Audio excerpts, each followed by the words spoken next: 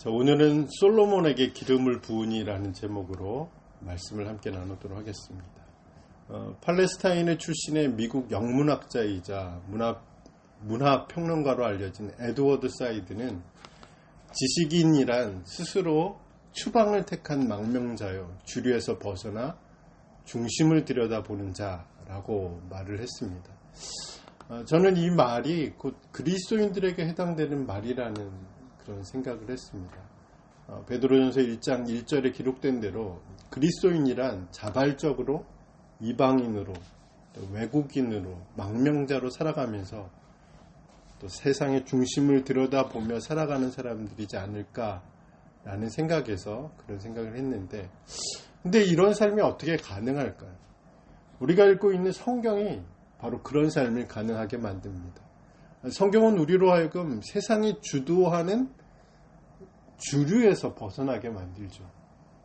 또한 한편으로는 성경은 세상이 주도하는 주류의 핵심이 무엇인지를 볼 수 있는 눈을 우리 가운데 허락해 줍니다. 그것은 그 중심, 세상사의 중심, 인간 역사의 중심을 들여다보게 만드는데, 특히 저는 성경 중에 열왕기상을 포함해서 이스라엘의 역사서가 우리로 하여금 스스로를 세상에 추방당한 망명자로 또한 주류에서 벗어나서 그 중심을 들여다보는 자로 만들어준다라고 생각합니다. 그러니까 열왕기서를 포함해서 이스라엘의 역사서, 그 성경을 읽을 때 세상의 주류감에서 벗어나서 그 핵심이 무엇인지, 그 중심이 무엇인지를 보게 만드는 것이 바로 열왕기서 그리고 이스라엘의 역사서입니다. 그렇다면 오늘 우리가 살펴볼 열왕기상 1장을 통해서는 무엇을 우리가 들여다볼 수 있을까요? 첫 번째는 인간의 역사 안에 흐르는 하나님의 역사입니다. 우리가 가지고 있는 성경은 열왕기상과 또 열왕기하가 분리되어 있지만 원래 성경은 한 권의 성경으로 되어 있습니다. 즉 열왕기서로 되어 있습니다. 열왕기서는 솔로몬으로부터 시작돼서 이스라엘의 역사가 어떻게 이스라엘의 멸망까지 이어졌는지를 이 열왕기서가 보여주고 있습니다. 그 역사의 전말을 암시하는 구절이 열왕기상 1장 1절에 기록되어 있습니다. 우리 열왕기상 1장 1절을 함께 읽겠습니다. 우리 같이 읽겠습니다. 다윗 왕이 나이가 많아 늙으니 이불을 덮어도 따뜻하지 아니한지라. 자, 1장 1절에 보면 다윗이 나이가 많아 늙으니 라는 구절로 시작합니다. 그러니까 이 구절은 단순히 다윗에 대한 어떤 모습, 지금 다윗이 어떤 모습으로 지금 살고 있는지를 보여준 것도 있지만 앞으로 이스라엘의 역사가 어떻게 전개될지도 보여주는 구절입니다. 우리가 잘 아는 다윗은 누구이죠? 이새의 아들로 태어나서 목동 신분에서 군사령관으로, 또 사울의 사위로, 또 기나긴 도망자로 망명 생활을 했던 사람이 바로 다윗입니다. 그러나 마침내 이스라엘 왕자에 오르는 이스라엘 역사에서 가장 위대한 인물인 동시에 하나님과 영원한 언약을 맺은 인물입니다. 그런 인물이 나이가 많아 늙었습니다. 옷을 덮어도 따뜻하지 않고 이제는 죽음이 임박한 상황이라고 성경은 기록하고 있습니다.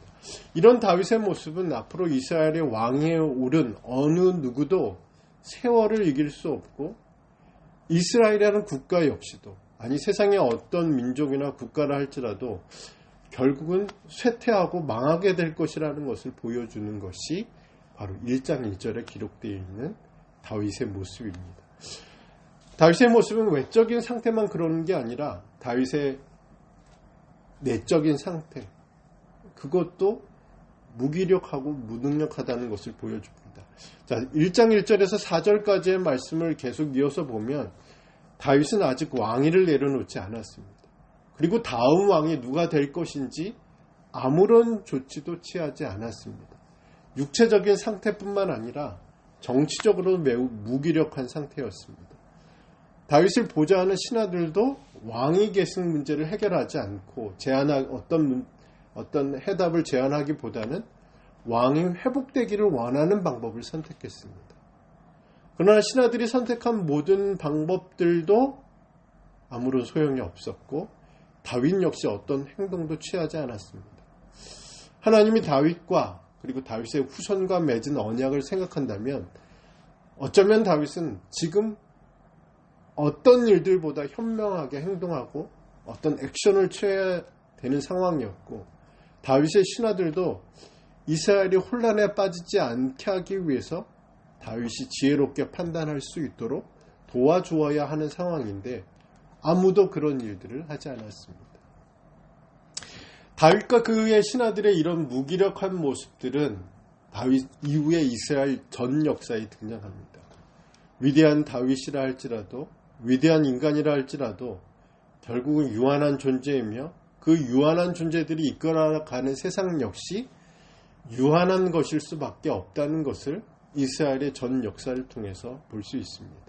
여기서 우리가 기억해야 할 것은 열왕기서는 인간의 역사, 이스라엘의 역사만을 나열하기 위한 목적으로 기록되지 않았다는 것입니다. 그러니까 복선이 깔려 있는 거죠. 다윗이 나이가 많아 늙었다는 이 단어는 앞으로 이스라엘의 전 역사의 과정들을 보여주는 동시에 또 다른 하나의 흐름이 있다는 것을 보여주는 것이 바로 1장 1절이 기록하고 있는 목적입니다.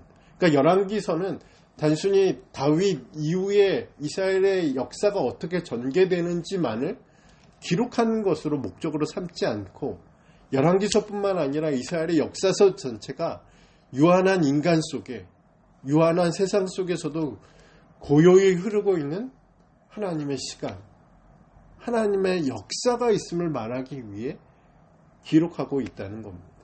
그리고 그 목적지는 다윗과 맺은 영원한 언약입니다. 그러니까 하나님의 시간을 이끌어 가는데 하나님의 역사를 전개해 가는데 그 목적지는 무엇이냐면 하나님이 우리와 맺은 약속, 하나님이 우리에게 말씀하신 그 말씀들을 이루시기 위해 하나님의 시간이 흘러가고 있다. 하나님의 역사가 전개되고 있다는 겁니다. 그러니까 우리가 생각하기에 하나님은 어디서 어떻게 일하시는지 잘 모를 때가 있는데 우리가 역사서를 읽어보면 이 역사는 결국 하나님의 역사를 내포하고 있는데 그 종착지는 하나님이 우리와 맺은 언약을 이루어 가신다. 하나님이 우리에게 하신 말씀들을 이루어 가시기 위해 인간의 역사를 사용하시고 인간의 역사 안에서 일을 하신다는 겁니다. 그렇기 때문에 열왕기서를 읽을 때 그것을 발견하는 것이 중요하죠. 인간의 역사, 우리의 인생으로 비유해 보면 우리의 인생 속에 하나님의 시간, 하나님의 일하심, 하나님의 역사를 발견하는 것이 중요한 것처럼 우리가 성경의 말씀을 읽을 때, 특별히 열왕기서를 읽을 때 그것을 발견하는 것이 중요합니다.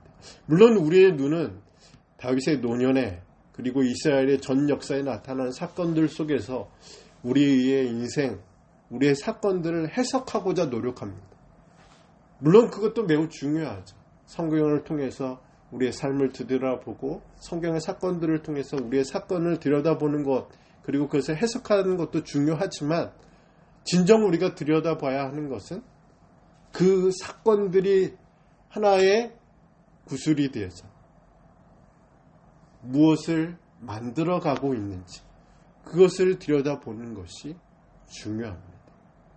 열왕기서는 하나님의 역사를 보여주는 거죠.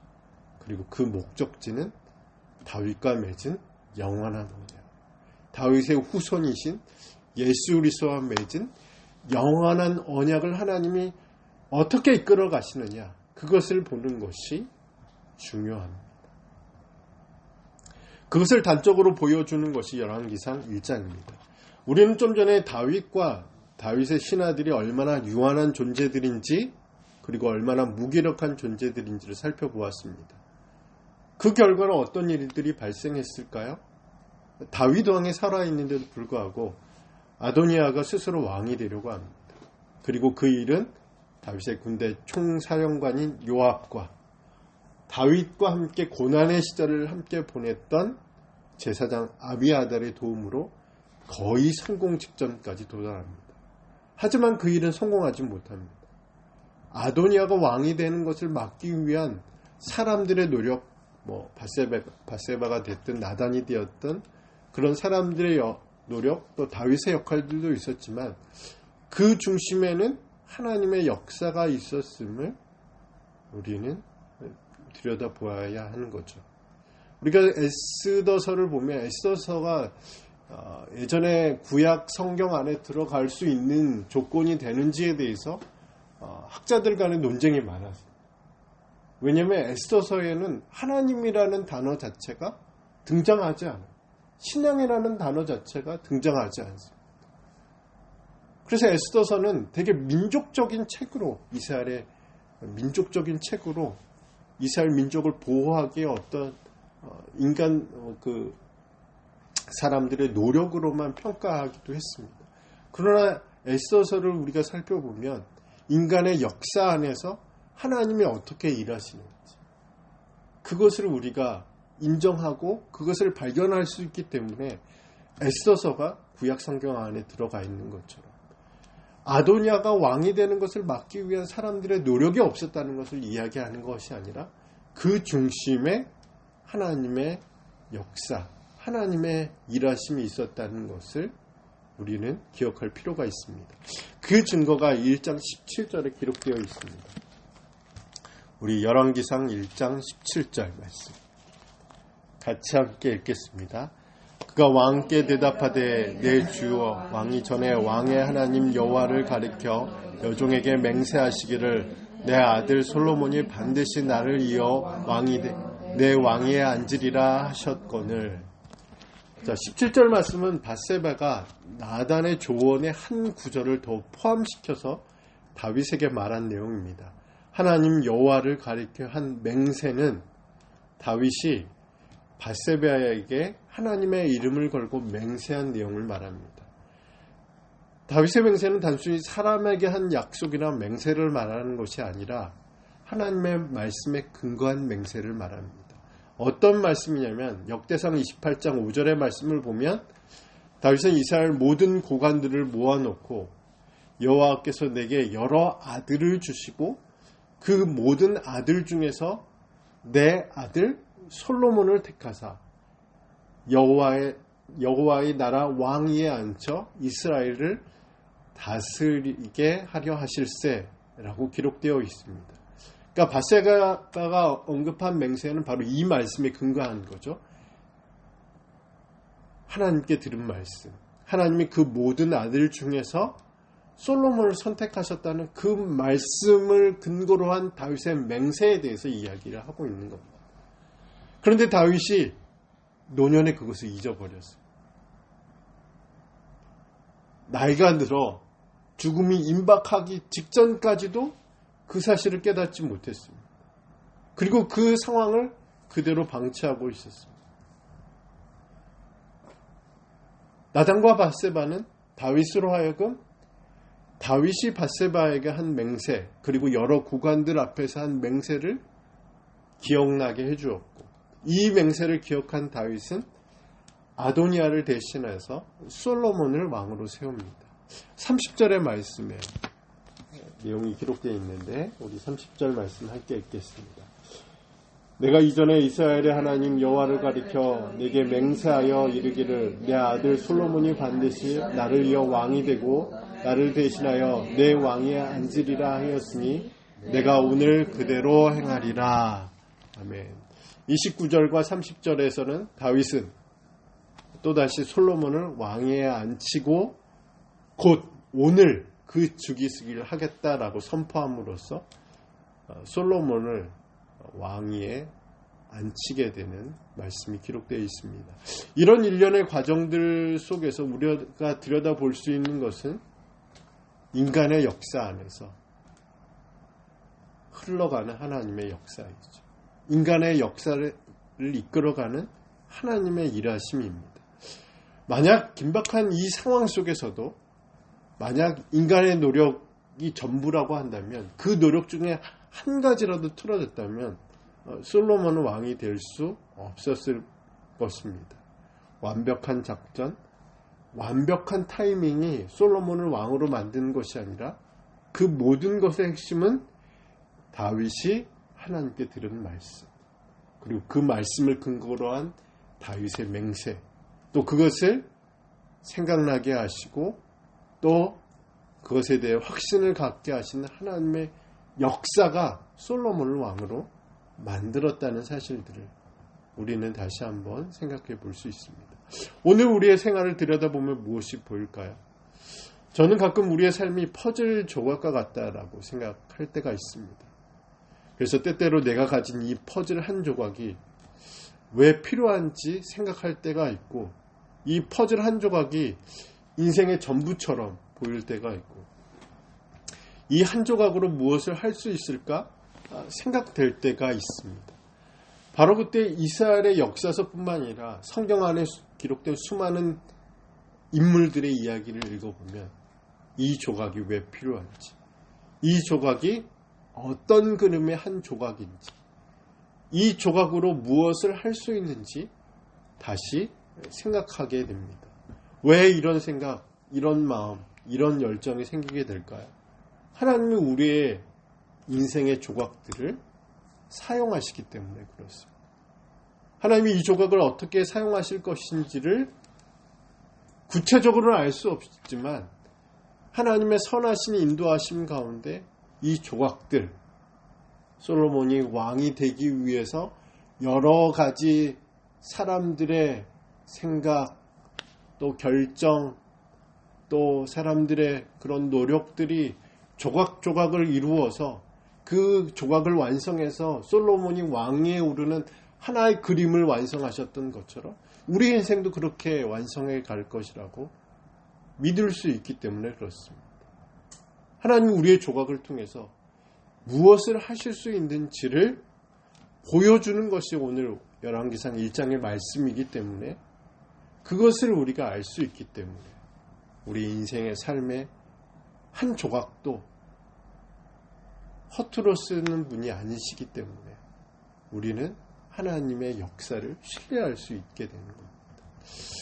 운전을 하면서 라디오에서 어떤 목사님이 노년이 되어 좋은 것이 두 가지 있다라고 말씀하셨습니다. 하나는 힘이 없어지니 하나님을 더 의지하게 되더라.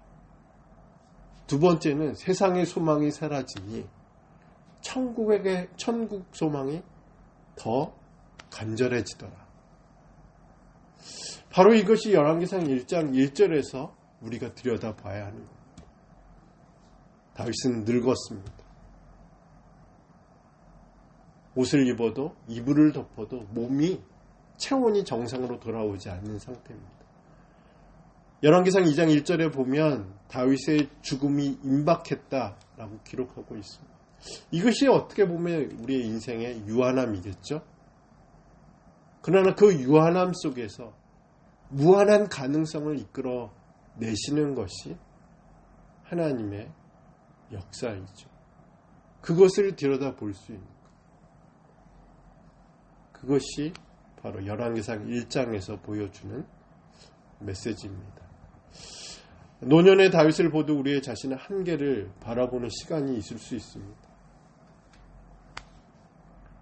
그러나 그 한계 속에서도 하나님은 하나님의 일을 하시고 하나님의 역사를 완성해 가고 있음을 볼 수 있는 그런 믿음의 눈이 저와 여러분에게 있길 간절히 소원합니다. 자, 두 번째로 들여다볼 수 있는 것은 사람입니다. 첫 번째는 하나님의 역사를 볼 수 있고 두 번째는 사람을 볼 수 있죠. 이사야 역사서를 읽어보면 정말 다양한 사람들을 볼 수 있죠. 그 중에 하나님의 사람들은 대체로 주류에서 벗어난 사람들입니다. 물론 그 중에 몇몇은 이스라엘 역사의 한복판에 있었던 사람들도 있었지만 그럼에도 그들의 삶의 중심은 세상의 흐름에서 벗어나서 스스로를 세상 밖으로 추방한 사람들이었습니다. 그리고 그들은 스스로를 추방하고 스스로 주류에서 벗어나 있을 뿐만 아니라 그 중심, 이스라엘 역사의 중심, 그것을 들여다보는 사람들이기도 했습니다. 오늘 열왕기상 1장의 말씀을 보면 스스로 그 중심에 들어가려고 하는 사람과 아무것도 하지 않고 변방에 머물러 있는 사람이 있습니다. 우리가 잘 아는 대로 스스로 중심에 들어가려고 하는 사람은 아도니아였어요. 그리고 변방에 머물러 있는 사람은 솔로몬입니다. 자, 아도니아는 어떤 사람일까요? 다윗의 네 번째 아들이지만 지금 현재로서 열왕기상 1장의 말씀 현재로서 다윗의 왕위를 이어받을 수 있는 서열상 제1순위입니다. 우리가 잘 아는 대로 아도니아보다 높은 서열을 가진 형들은 모두 죽었습니다. 그리고 아도니아는 압살롬 다음으로 신체적 조건이 매우 좋았습니다. 이스라엘 전체를 놓고 보아도 감히 비교할 수 없는 용모와 신체적인 강점을 가지고 있는 인물이 아도니아였습니다. 그뿐 아니라 아도니아는 왕이 되고자 하는 욕망도 강했습니다. 그래서 마병과 병사들을 세웠습니다. 그리고 정치적인 수완도 좋았습니다. 다윗의 군대 총사령관인 요압을 포섭하고 제사장 아비아다를 섭외할 정도로 정치적으로 수단이 매우 좋은 사람입니다. 그리고 반란의 시기, 또 반란을 위한 준비도 완벽했습니다. 한마디로 성공적인 조건을 모두 갖춘 인물이 아도니아였습니다.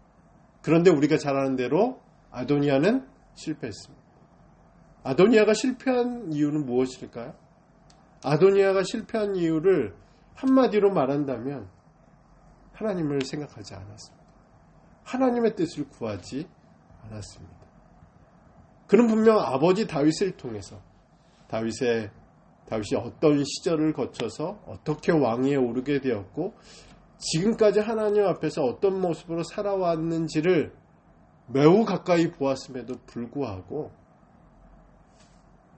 또한 그는 분명 압살롬을 통해서 압살롬이 어떻게 실패하고 어떻게 죽음을 맞이하게 되었는지를 보았음에도 불구하고 아도니아는 그것을 무시했습니다. 다윗이라는 한 인간의 삶이 하나님 말고는 해석되지 않는다는 사실을, 그리고 압살롬의 실패와 죽음이 하나님과 무관하지 않다는 사실을 무시한 것입니다. 더 나아가 아도니아가 실패한 이유는 스스로 왕이 되려는 그 교만함 때문입니다. 모든 것을 갖추었지만 그 모든 것을 주신 하나님과 그분의 뜻을 구하지 않고 오히려 자신을 그 뜻보다 높이 세우려다가 실패한 것입니다. 모든 성공의 조건을 갖췄는데 실패한 것이 아도니아의 모습입니다. 그렇다면 솔로몬은 어떻게 성공했을까요? 자, 열왕기상 1장을 읽어보면 솔로몬은 매우 수동적인 인물로 묘사되고 있습니다. 스스로 왕이 되려는 아도니아는 정반대로 솔로몬은 어떤 반응, 어떤 대책, 그 어떤 행동도 취하지 않았습니다. 솔로몬은 오히려 침묵합니다. 솔로몬은 오늘 함께 읽은 본문에서 처음 등장합니다.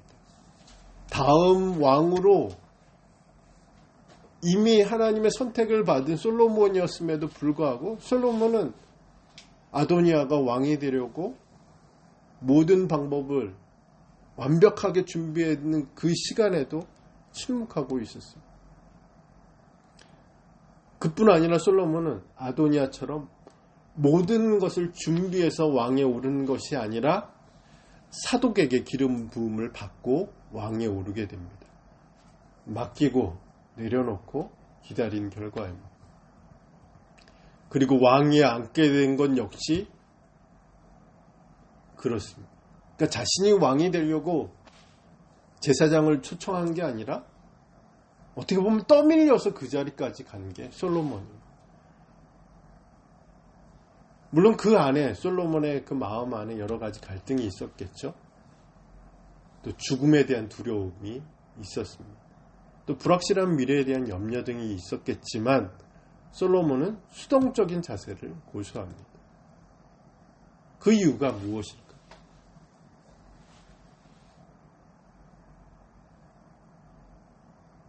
하나님의 시간, 하나님의 역사를 기다린 것이 아닐까?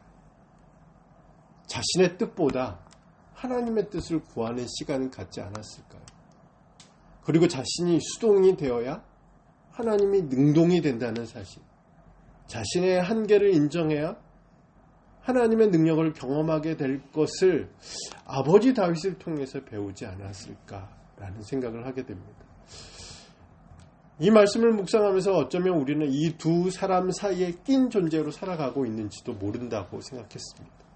아도니아처럼 하나님 없이 스스로 무언가를 하려고 하는 사람일 때도 있고, 솔로몬처럼 아무것도 할 수 있는 것이 없어서 무작정 기다릴 수밖에 없는 사람일 때도 있습니다. 그때 우리는 무엇을 해야 할까요? 안무가 최보결 선생은 안정된 직장을 그만두고 자신의 전공인 춤을 본격적으로 시작했습니다. 그러나 그때부터 일이 꼬이기 시작했다고 합니다. 암이 찾아오기도 하고 선배가 배신해서 서울 근교에 마련한 집에서 빈손으로 쫓겨나기도 했다고 합니다. 그때 최보결 선생은 내가 무엇을 잘못했길래 나에게 암이 와? 내가 왜 불행해야 해? 내가 왜 죽어야 해? 라고 하면서 화를 내거나 분노하지 않았다고 합니다. 그냥 받아들였다고 합니다. 자신의 한계, 자신의 운명을 그대로 수용했다고 합니다.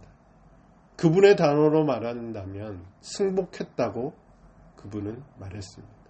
완전히 승복하니 암도 호련히 떠나는 기적을 경험하게 되었고, 나를 슬프게 한 모든 것이 자신의 스승이 되었다. 암도 스승이고 그 선배도 스승이고 자신의 모든 순간들이 자신을 가르치는 스승이 되었다라고 그렇게 말했습니다. 승복한다는 것, 수용한다는 것이 우리에게 어쩌면 가장 힘든 일일 수 있습니다. 왜냐하면 자신의 약점, 또 자신의 한계, 또 자신의 무능력을 보여줘야 하기 때문에 그렇습니다. 그러나 다윗의 인생을 통해서 특히 노년의 무기력하고 무능력한 다윗의 모습을 통해서 볼 수 있는 것, 그리고 모든 일에 침묵하고 수동적인 자세를 취했던 솔로몬이 왕위에 오르는 사건을 통해서 우리가 발견할 수 있는 것은 어쩌면 우리의 약점, 우리의 한계, 우리의 무능력을 수용하고 지금 발생하고 있는 모든 사건들에 승복할 때 하나님의 역사가 나타나고 하나님의 기적을 경험할 수 있게 되지 않을까라는 생각을 하게 됩니다.